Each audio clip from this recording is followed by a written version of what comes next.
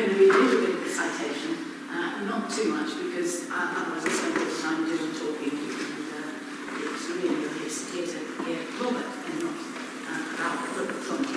So Robert is now a distinguished professor of management science in the Department of Management Science at Lancaster University Management Centre. And his notable contribution to the development of operation research is in the area of forecasting, where he's an international expert. He's made extensive contributions to the literature. He's always been concerned that the best forecasting methods are applied and are used in practice. And I know, having been to listen to him talk at OR Society conferences, he's very eloquent about the use of statistics and quite inspiring for practitioners who are not necessarily as careful as they might be in their choices of method. When I first became a manager of an OR group, I discovered that it had recently come through a review by Robert and John Lanyard of the work they've done on the success and survival of OR groups, and it was one of the successful survivors when I took it over. I'm pleased to say it still was at the point at which I left it.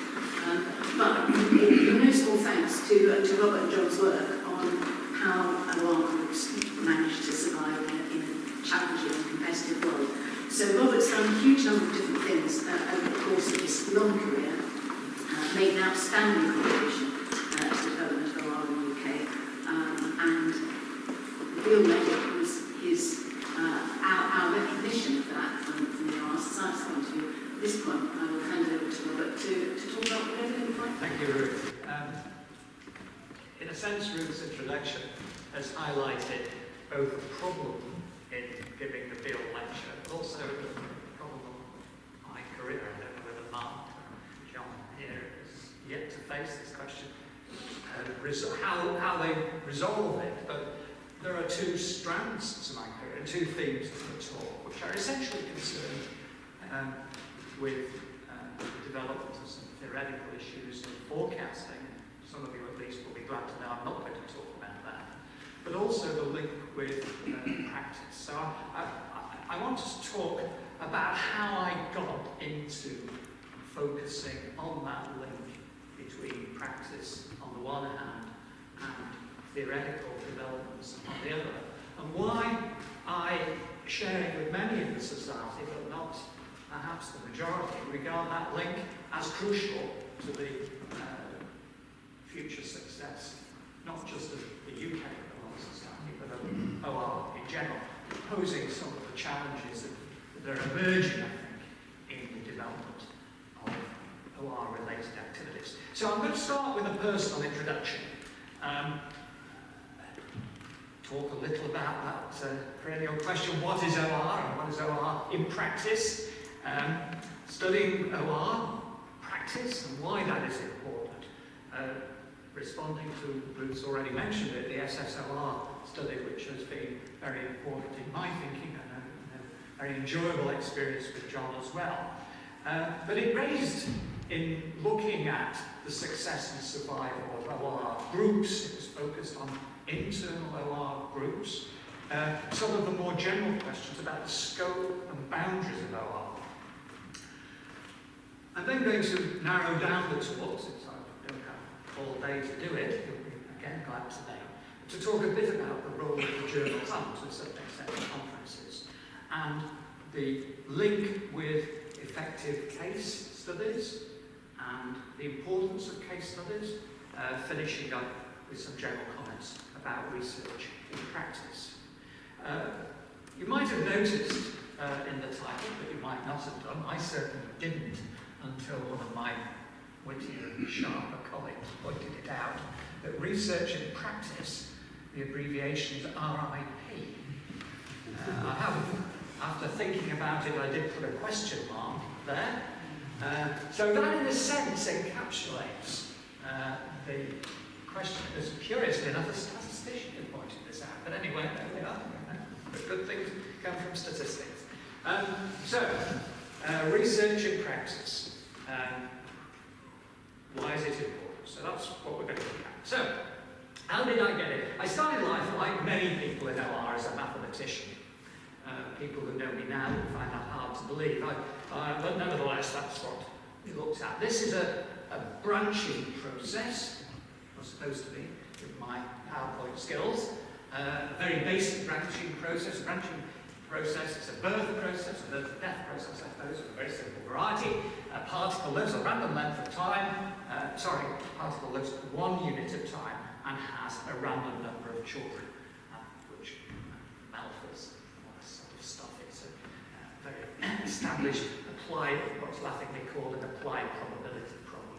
My contribution was to say, no, that's not really very accurate representation of people having children. They don't have it in 1 period of time, they have it at a random period of time. We'll put generations into it. It turns out that the mathematics of doing that are actually reasonably complicated, and the results are different from the original results, and I got a PhD out of it. I'd chosen to do that, and I'm not going to talk, again, you'll be glad to know about all the details that are on the slide. These are my notes and reminders, but you'll see the word surfing there, which seems possibly rather curious, but I was trying at the end of an Oxford degree in maths to decide how to improve myself, and I thought that traineeship at one of the major companies was probably not the best way.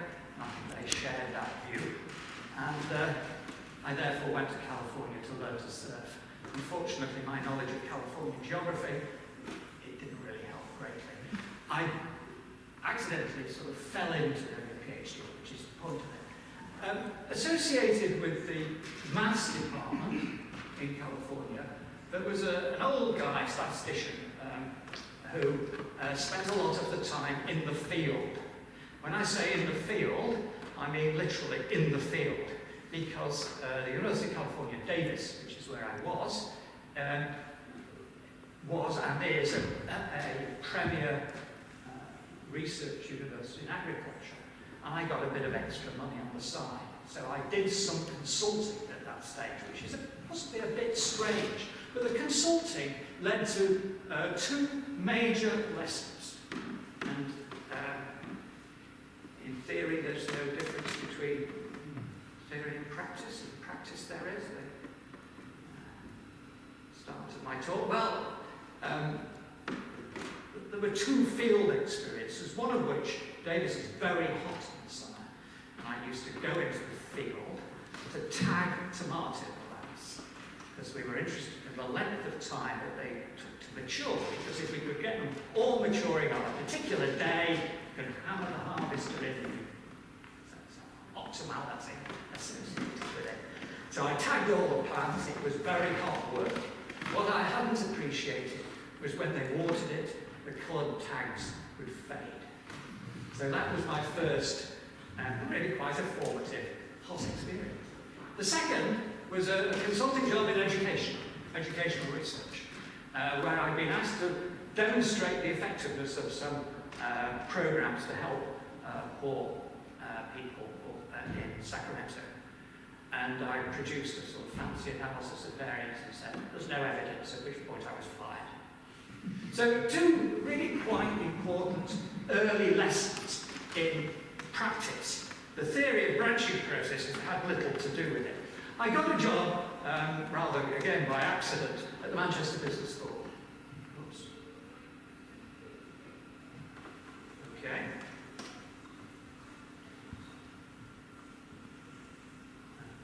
Page down should work. No? This was a problem.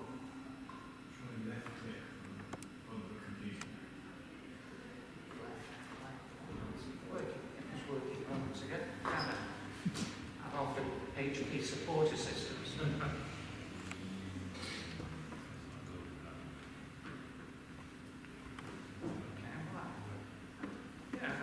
It was okay. I'll close it down. Right. I then got a job at Manchester Business School, a bit by accident. I was a specialist statistician in the school, compared with the generalists. Manchester with London were the 2 dominant business schools at that early stage in 1971. I was instructed by a senior professor after a couple of years of idling around, trying to find something to do other than teach a bit of statistics, that I needed to keep myself employed, and I finished up helping somebody write a textbook in forecasting. So I'm self-taught in forecasting.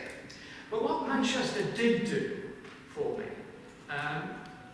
because obviously it didn't really extend my technical skills, it gave me a lot of opportunity to understand the issues of practice and learn something about business. And it became obvious from some of the projects that we got involved with, which have been continued at Lancaster also, has a history of projects, master's degree projects in particular. The issues that were being faced by companies were so different than the issues that were typically discussed. I must mention here Will Jenkins, at least because he was in some sense a predecessor of mine, or exactly Peter Checkins at Lancaster. But, I mean, Jenkins was talking to the OR Society in the late 70s, managing to amass an audience of 100 or plus to listen to the solution to forecasting problems, which was the Fox-Jenkins model of forecasting. I mean, Jenkins was always very engaged with practice. It's one of his early articles. It wasn't an early article, one of his articles, more influential articles. That gap meant that sometimes it was impossible to understand what the forecasting problem that companies actually were seeing. They needed to establish a forecasting procedure, a forecasting process, and what was being said in the theoretical literature, which I'd really done a very extensive work publishing a bibliography with the support of the OR Society in about 1980. So, at that stage I know a lot about researching forecasting, and getting to know about practice forecasting, and the connections between the two were fairly slight. A little later, a job came up, a professorship was advertised at Lancaster, and I applied, one of a fairly small group of people. Stephen Watson, I should have invited him, he might have come from Cambridgeshire. Stephen Watson was on the panel, those of you who know Stephen. And he asked me the question of, at the interview, it was a small panel, what is OR? I refused to answer. I laughed, actually. I think I handled the question very, very well, though in a cowardly fashion. Having thought about it and read more widely and so on, I got sort of the key features of OR here, which is important in terms of the later interests that I have developed, in terms of the scope and boundaries. I think a key issue which will apply, oops, that was not right. A key issue there is the organisational context and the notion of clients. The third point that I will pick up on is the structured approach to representing the components of the problem. I mean, I'm obviously avoiding any discussion of mathematics, but throughout, particularly the UK OR's history, there has been a lot of controversy about the role of mathematics. The roots of UK OR versus the roots of US OR are rather different. UK OR did not have an early established presence in the academic world. I think it was Birmingham, wasn't it, that was laid the first claim. But that was relatively late compared with Case Western in the US. And Maurice Kirby's book and articles have explored the difference of OR. The UK OR grew broadly out of practice. Whilst in the US, it's not that practice wasn't important, particularly, I guess, in the defence industries, but it was a more academic orientation. So that the roots of UK OR have very firmly been, in those early days, practice with OR groups in the heyday of the 70s, to a large extent prospering, often in the context, however, of nationalised industries. And in fact, we did some work in the SSOR study, didn't we, John, looking at, as best we were able to, about how widespread the diffusion of OR groups was. And it was still actually quite small, although British Steel, British Coal and so on, British Airways and the private, well, it wasn't in the private sector at that point, were extremely influential. That conflict between practice on the one hand and academia on the other was even, believe it or not, in the 50s discussed in OR Quarterly. So that has been fundamental, with a lot of argument by some of the major names like Pat Rivette, Stafford Beer or so, arguing one way or another about the mathematisation, or the increasingly mathematisation. If you looked at OR Quarterly now, I don't think you would recognise it as particularly mathematical. So we saw then in the into the 80s, the early 80s, a relatively decline in industrially based OR, which concerned the society. The society, and I can't put the exact date on, supported a commission to look at the state of OR practice, about 85, I would think, which George Mitchell was the major editor of. In the US, there was wasn't a similar concern, but there again was a commission, Condor, I can't remember what it stands for, but I guess OR stands for OR, which took a very, very different view. The UK view, and this is back to my general point about practice being fundamental in UK OR, was really concerned with what was going on in practice in the UK. Condor was concerned with intellectual developments in OR, and in fact was actually rather pessimistic. They thought that OR problems were basically, the important ones were basically being solved, which is quite an interesting and quite wrong perspective. But the Condor really showed no interest whatsoever in practice, and this issue lingers on. A few years later, about 93, the society got even more concerned with developments because OR groups were being closed, and that led to the success and survival of OR. And in looking at this, John and I got a grant from the society. Somebody was employed for a couple of years working on this. In looking at the background, these issues, which had been part of the debate all along, became, to us, dominant. The mathematisation that I've spoken about, the scope of OR. This is, I don't think anybody here could claim to have heard Russell Acuff. Has anybody heard the 79? John? No, three people. And this, it was published, I think, in 79. They talked to the UK OR Society was about 77, I think, something like that. And this was a damning indictment on Acuff's point, arguing really that OR focused on trivial problems. The UK OR group took this quite seriously, or even very seriously, and there was a vigorous debate. There was no agreement. In fact, many in the society, and John, you will be amongst them, thought of it as if it was ever a meaningful critique, it was not appropriate, for example, to British Coal OR group. That it sent these groups in British Steel, British Coal, some of the big groups, I'm sure it will be true of British Airways as well, were actually directly involved in strategic issues. Ion argued that no, not really, tactical, so there was a bit, and about the same time, this scope issue was being attacked in the context, although independently, by Peter Checkwood and others, with an approach to look at the processes of OR and the analysis of organisational problems.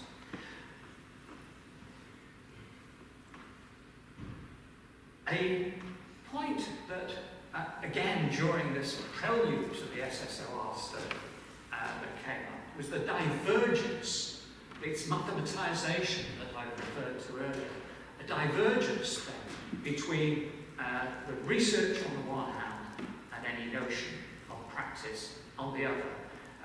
Corbett and Van Wassenhoven, Van Wassenhoven, of course, a name to conjure with. I guess Corbett is as well, to be fair. And also a name you might not know, Abbott, a sociologist actually, analysed Abbott in a number of different professional contexts. Corbett and Van Wassenhoven concentrating on OR, analysed what they thought of as the development of OR, with, in the early days, management engineering being its focus, the problem solving, the radar, convoys, the examples from the Second World War as archetypes. As OR gets more institutionally established, in particular in the US, a move towards, on the one hand, its use in management consulting, and on the other, its focus on academic research with management science, with management engineering getting squeezed. So they put forward an argument we should be more like engineers, both using our technical expertise, develop technical expertise, developing new technical expertise where necessary, but focused heavily on introducing solutions to real problems. So that is the Corbett and Van Wassenhoven analysis. They refer quite extensively to Abbott because of its organisational implications. Abbott argued that what happens if academics start to dominate a culture is that semi-professionals, paraprofessionals develop in adjacent to take over the engineering function, essentially, and that in the end there's a degree of atrophy. These issues were identified by the Society and led to the SSOR study. There's the background to look at internal OR groups, which is important, and the changes in the organisational environment they face, with the aims as listed, a greater understanding because of the implications for society activity. And you can see, enjoy some of the implications still. For example, the training programme would be one element that perhaps came out of, fairly directly out of this. So those were the aims of the study. What we did was we did survey work in all the internal OR groups that we could find in the UK. We did some detailed case analysis, trying to understand. There's one of the papers which we both thought was quite good, but it's not got much academic attention, called Death of an OR Group, for example, which is about part of Shell UK's demise. So the dimensions we tended to focus on, the numerical ones, which are summarised in a paper in Interfaces, number of course, layers, size, who they reported to, the scope of the project, so and project management and the expertise. You know, what is OR's USP, if you will, which is a theme of the concept. Following on from this, we had a conference. There's a special issue of the Journal of the OR Society, and here's I'm going to leave that facing you. Some challenges. Who do you recognise there? Go on, do shout out. Any faces that you recognise there, other than John? Peter Bell. Peter Bell, yes. Robert Dyson, yes. Ian Disley? Oh, you're cheating, you know. Come on. How about other people? Is that Terry Walker at the right? That is Peter Bell. I don't think you'd be totally flattered by that. I think there's Alan Mercer lurking there, isn't there? Not Alan Mercer. Who's that? Now, if Graham Randall's here, which he sends his apologies, he's Hugh Miser, isn't it? Who was a very influential American operational researcher. Anybody? Come on, Francis, Richard Overrod. Anyway, you've got the tap. It was the great and the good and the other. I think Jonathan Rosenhead should be getting that. There we are. We had this, it was a very successful, stimulating conference in a rare bit of dry weather in the Lake District. And people presented papers with their perspectives on what makes OR successful. A lot of the papers. So what followed? Yeah. OR groups. OR groups. One or two people, Pat Rivette, transgressed, I think. Anyway, what followed on from that was a number of country studies, again focusing on those sorts of issues. We looked at issues of recruitment. You can see the conclusions. And what companies, at least, and presumably consultancies. Now, consultancies were not a major part of the study, but turned out to be an important part of the study. Richard Overall was there, as I've already mentioned. Issues of recruitment problems. At that stage, there was a decline in the number of UK students, which of course has become cataclysmic since then. And perhaps this is a side issue to my talk, but the management of a lot of these internal OR groups, and back to Ruth's comment, was really quite heavily problematic. Obviously not yours, obviously not yours. So there are various country studies, which in many ways point to the same thing. More than 10 years later, in era 15, John was asked to do some further work, not with it was quite the same perspective, but just to discover through IFORS, International Federation of OR Societies, what was going on elsewhere.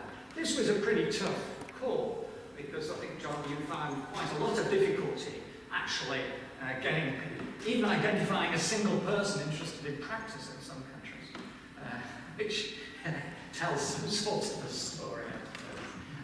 Again, what has interested us particularly, other than a bit of the straight demographics, which because you can't in any sense claim the sample as random, because it's essentially dominated by the UK and the US. What we tended to focus on is what it told us about the scope and modes of practice in OR groups. This is the sort of summary that we were able to get. I mean, you might say 250 is pretty decent, but you've got the 60% from the UK and the US. But here's the sort of numbers involved in these different areas. And actually, there are things of interest here. For example, many more people involved in strategic planning than I personally expected there, with 180 out of the 250 responses. So, it's not a random sample, I don't want to spend too much time on it. But some elements of the results were interesting. We looked at the bundling of different techniques. We got people to say which techniques they used intensively, and I can't remember the exact phrasing of it, and also the areas of application. We tried to link areas of application through bundles of techniques. And perhaps because we went in looking for it, we did get out what we looked for with factor analysis, which is quite a common result. In fact, if you don't, it's very suspect. But we got out different, three or four if you count the low engagement group, types. Traditional OR, decision support, problem structuring people, business analytics, and this low engagement. Interestingly, the most specialist group would you call traditional OR. And you can see here some of the definitions that we were using to define what traditional OR was. So, for example, business analytics was much more heavily concerned with statistical methods than the others. So we get out these, and we want to use this to understand the scoping issue of OR. How did this came then? You might say we knew that in the first place, but it was ratified to actually get support from the data that problem structuring methods and business analytics are potentially extending the scope of OR. But I want to make the point that both areas are contested. Now I want to look at these two areas in turn. The problem structuring methods, we were reasonably careful with that, including a variety of problem structuring methods. And the paper is published in eJOR last year, if you're interested in following this. But we looked at the people who used it and what they used it for. And basically, those involved with strategy are much more likely to use problem structuring methods. That's what it works out. So, you know, again, in a sense, we know that in principle because people involved in problem structuring methods would argue, John, I think you would be quite happy with that. But then that came out reasonably clearly from the data. But it was mostly UK centred, mostly in health, social services.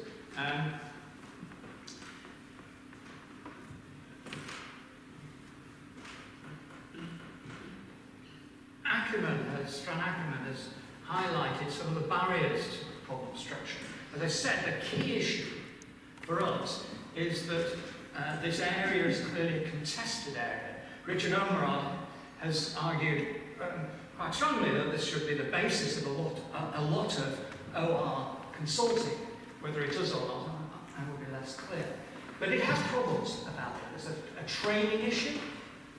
So that there's no unique example. So it's hard to argue it as a USP for the OR community. The lack of clear benefits. It's available to strategy and OD consultants. So problems in terms of developing expertise, also in certainly master's students, possibly useful, but competing directly with other parts of the consulting. So, that's with problem structuring. It does extend the scope, but it also weakens the boundary, which is important. Now, what about analytics? I enjoyed when I found these two definitions. I think one might describe them generously as immodest. Both of which are related to reforms, both of which essentially say, oh, it's just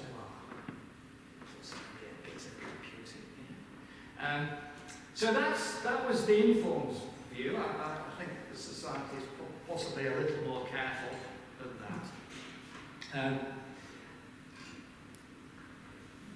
The conclusion, and I think it's a shame Stuart Robertson's not here to argue his comment, but I think from the meeting the other week, because you didn't hear Stuart, did you? You had to leave. But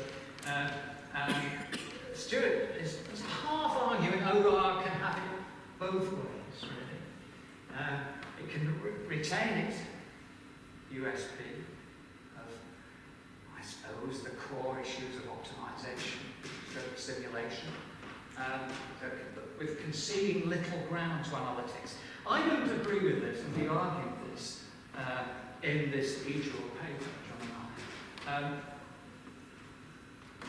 Partially because I think analytics has, I mean, it's usually thought of as just data-based, and that does obviously pose some computing issues. But actually, I think the central issue is that it's embedded in an integrated organisational structure, often, not inevitably, of course. So that is a major difference. It's a major disadvantage in that it means that OR,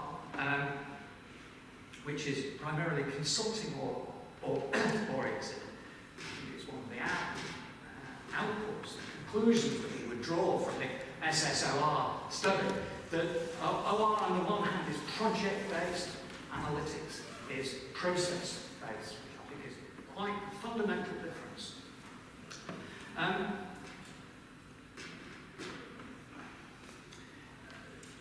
This is sort of by the way, but it's just a reminder to you, if you need one, of the threat that at least some of the protagonists in analytics, big data, and the claims they make, essentially claiming that they really effectively can eliminate the need for model structure. It's not a point that I in any sense agree with. I think it's intellectually unfounded. But the issue is, in terms of organisational processes, can they effectively, the data scientists, the market analysts and so on, can they, in a sense, do without us in an organisational context? And I think it's fairly clear that they have the edge, and we've certainly seen some part of that in Lancaster, the details of which are best over a beer rather than anywhere else. So, analytics, what about the threats and opportunities? Here we've talked about problem structuring methods that are extending the scope in one direction and weakening the boundaries. Does analytics weaken the boundaries? Perhaps not, but it certainly extends the boundaries. But there are distinctive differences. Just a general educational point, I don't think a single master's course could ever manage to capture all the attributes that are needed in even a reasonably narrow definition of analytics. There is no single professional representation. Both the UK and the US societies have been doing quite a lot to try and ensure that we have some presence in it, but it's proved difficult for the UK society. I'm going to the analytics conference in the US, and we'll have another look at that. Just a point, this isn't a sermon about that, because I don't have fixed positions. I don't really think I know enough, or we know enough about analytics. But the focus on process requires differences to be acknowledged, and the question of where to position OR and how to promote the value of OR is certainly something that has been considered. Now, what about the drift of OR? So moving on away from the scope to what's happened to OR as a profession. I include both the academics and the practitioners in this. Management engineering is still neglected. What I've done to try and understand a bit more about this drift is look at the role of the journals. As I warned you in my first comment, this in 45-50 minutes, I can't manage to cover all the topics. But what I did do was revisit work that Richard Omeron did on the categorisation of research published in the OR journal. Back to my interview question from Stephen Watson, I think I might have, after a bit of laughter, said, OR is what OR does. Which again begs the question. But I think it may be true to say that OR is, to a certain extent, what OR publishes. So categorisation of the journals. Richard did this, published in Operations Research in the late 90s, following on some work that had been done in the US journals. So I've just summarised a small part of this particular study. But you take JORS and divide into meta-research and philosophy and history, untested theory, and true applications. Same for EJOR, obviously starting later. And I've just, with a bit of help from John here, done about half the issues of 2014. The first thing to say is I did find doing some of these categorisations rather tricky. So the actual meta-research, philosophy and history didn't produce anything for me. I can't believe the gap is. But the point is, the first point to make is, okay, there's possibly a bit of an increase in untested theory, but nothing worth actually noting particularly. Untested theory is still the dominant mode in JORS. I couldn't face doing it for EJOR for fairly obvious reasons, since I would probably still be doing it for a Beale election 2018 or something like that. Raise the question in reading this. Those of you involved with evaluating and making awards to JORS articles, I know will have considered. What is an application? There's a very interesting paper, which I hope is related to the next slide, about applications. And looking at the JORS papers, I thought it was useful to, it did actually correspond to Richard Omero's and Arnold Reason's before him, categories of a stylized application. What I mean by a stylized application, we do have some real data. Stock prices to 2010, in 2016 now. But grab some data. It's quite popular in DEA at the time, looking at, here's some bank data. Analyse that back. Totally unconnected with the data collection and meaning. Grounded in context is where somebody's actually not worried about it. Collected the data, engaged with the data. And even rarer, it turns out, is engaged, where people, the researchers have engaged with the company or the organisation in interpreting the data, identifying variables, and so on. There are a small number of cases that fall into the engaged category. Omerod, one of the few JORS articles which fell into the meta-analysis category of philosophy. I can't remember how I categorise it. I have to distinguish philosophy towards a richer case study. It's about the manual of practice, if you like the title. The aim is to squeeze information out of the process of doing an OR-style project. And Richard argues that a good case study should have all the characteristics listed there. And in particular, I raised this right at the beginning, organisational context and clients have to be real. I added the last part, I mean it's just a standard action research element, the reflection on the implementation of the barriers. Now, let me put on my academic hat here, because I'm fully well aware that if you want tenure or promotion at LSE or Lancaster or wherever, or even also at many of the major, you've got to have new thinking, so, new theory, and you don't need these things. To jump ahead, I'm going to argue that with a bit of bending, one could at least have a bit of both in the analysis. So let's just try and summarise where I got to. Yes, for 5 minutes. Well, 10 minutes. It's only tea. No wine issue here. The OR boundaries are fluctuating, expanded, but permeable, threatened by analytics.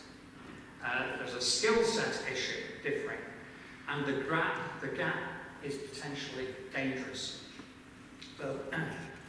So because that gap is dangerous, with analytics, and analytics is a useful example, because if you look at some major indices of interest in OR, Google searches, for example, and although Stuart Robinson's paper touches on this, but perhaps is a little overly generous in his definitions of analytics. But the fact is, straightforwardly, that Harvard Business Review or Management Today or whatever does not publish, and the society is trying to, very hard to engage with this, but is not particularly interested in these sorts of studies, with the exception, of course, of Duckworth Lewis, but that's not a special case. That engagement with the practice of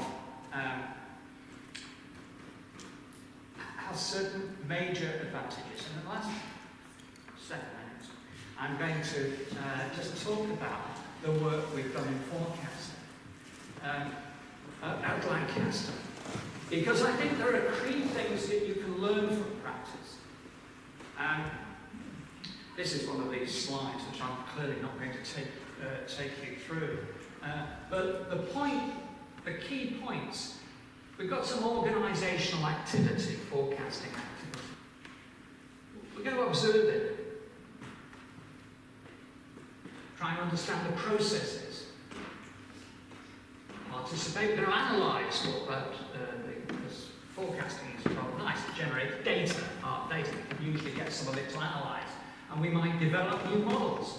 But we can then engineer, and this is the part of the theme, engineer some solutions, to try and engineer solutions into the organisations with a training programme to back it up. And that's what we've been doing broadly at Lancaster.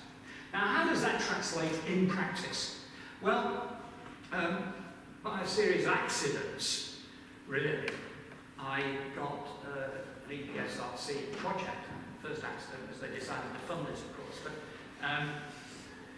this project focused on developing better software. So it was a sort of HCI, human-computer interface project, as we envisaged. But it did involve the observation of forecasting activities. Now, I'm going to be talking about this at the Forecasting Symposium in Spain this June. The fact is that almost no research done in forecasting engages with the organisational processes of forecasting. I had a fascinating discussion with the Bank of England. Do you think research matters to the Bank of England in forecasting, or do you not? Well, I had my prejudices. I thought it probably didn't matter very much. I was wrong. It was fundamental to the forecasting activity. But what was also fundamental was the judgments that different groups, and there were three quite distinct groups. There were the model developers, the model implementers, and the Bank of England panel, it's not called that. It's the one that gets all the attention. Anyway, it gets all the...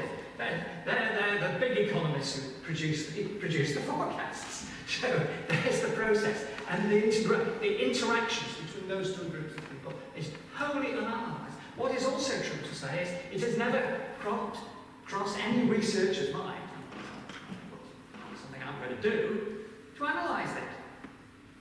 It's all about technical model development, and yet the process is much more complicated than that. We went into quite a number of companies. This is survey results which have been replicated with a couple hundred other respondents.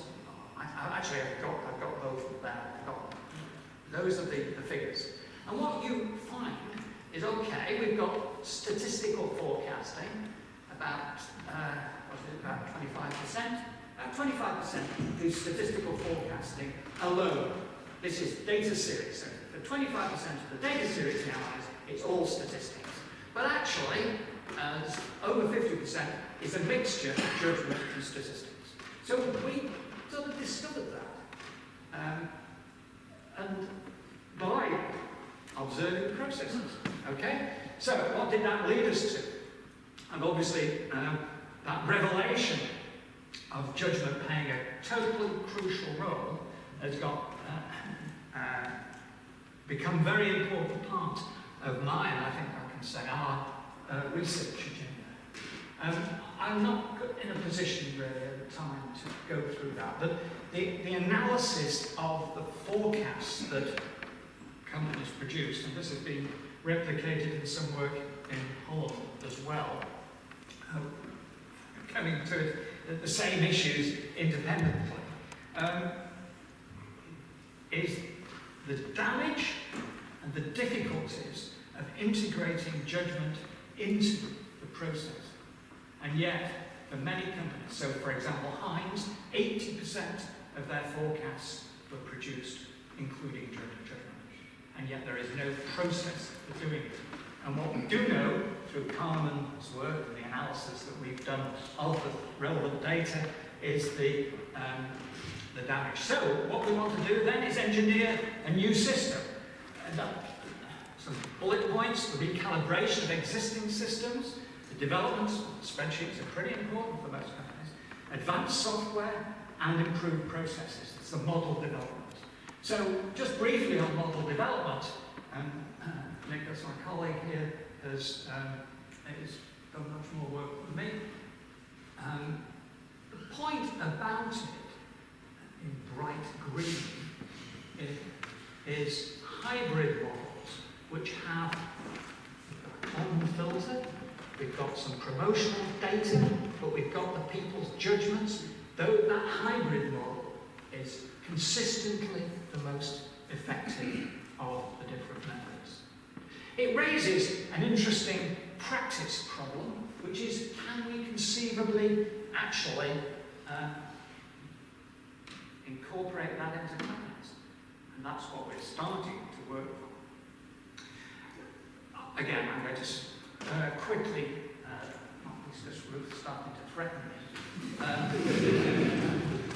skip over this.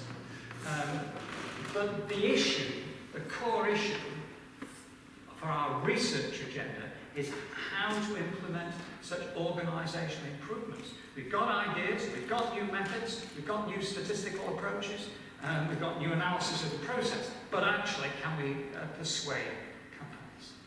So it says, and finally, although I'm not sure it's really true,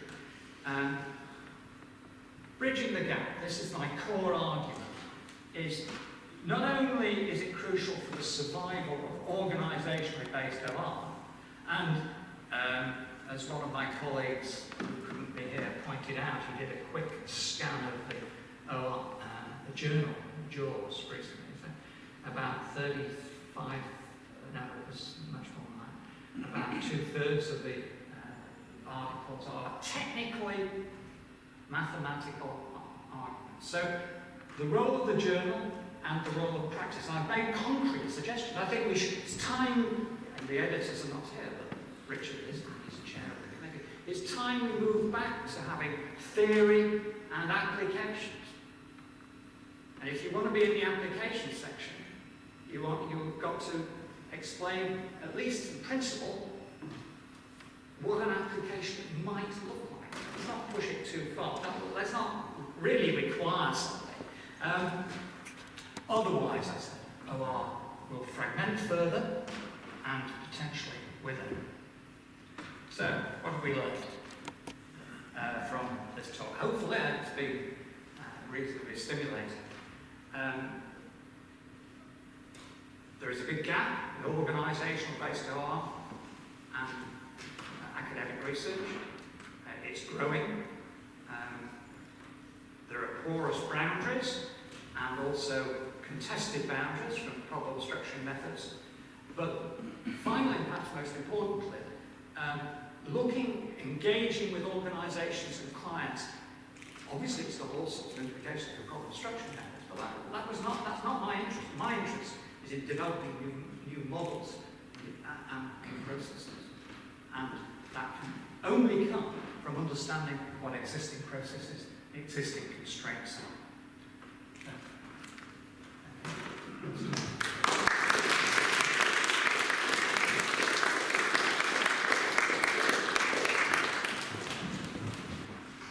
I'll take one more question, and then I think we are going to have to break, but we can actually cluster around Robert, no doubt, during the break. Emmanuel from Fildes. I wondered where you stand in defining an application paper, because you get on the one extreme where you may have a client, you have a project that has been sponsored and so on. On the other hand, you have completely theoretical papers. But many of the papers that are published could be originating from a real application, but where the published version would be quite generalized and withdrawn from this, from the specific questions that were addressed. And that is driven by, to some extent, what the journals require and what universities require. The journals want something generalizable. The client may not want the specifics to be detailed in the paper. So you have a genuine application having taken place at the heart of it, but the actual publication may not quite convey exactly No, I totally agree with the implications of your comment. I think there is a middle way, if you will, on applications. There are certainly case study applications, and those should be considered on their own.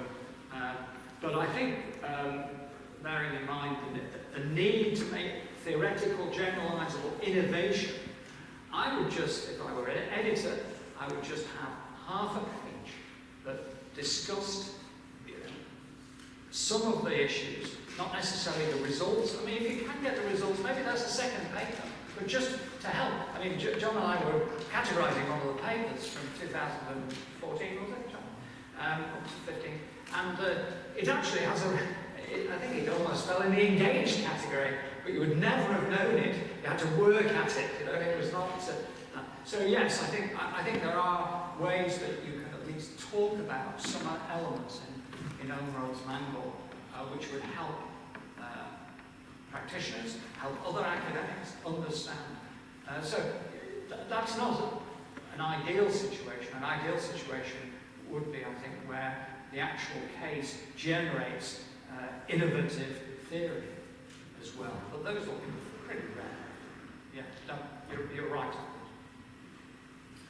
Okay, we are now slightly over time, and in the interests of putting refreshment over physical refreshment over intellectual refreshment, I'd just like to say once again thank you to Robert for a very wide-ranging and challenging talk, and it certainly instilled lots and lots of thoughts and questions in me. Many things I was saying, and we'll have some time, and we'll have some time hopefully to do that afterwards, and then